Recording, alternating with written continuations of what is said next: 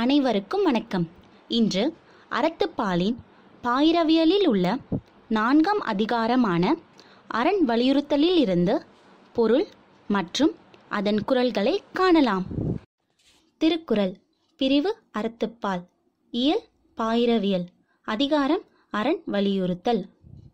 முனிவரால் கூறப்படும் 3 முதன்மையானதும் மக்கள் இருவகை இன்பமும் அடைதற்கும் உலகம் இனிது நடைபெறற்கும் எல்லாராலும் கடைபிடிக்க வேண்டியதுமான அறத்தின் இன்றி அமையாமையை வலியுறுத்தி கூறுதல்.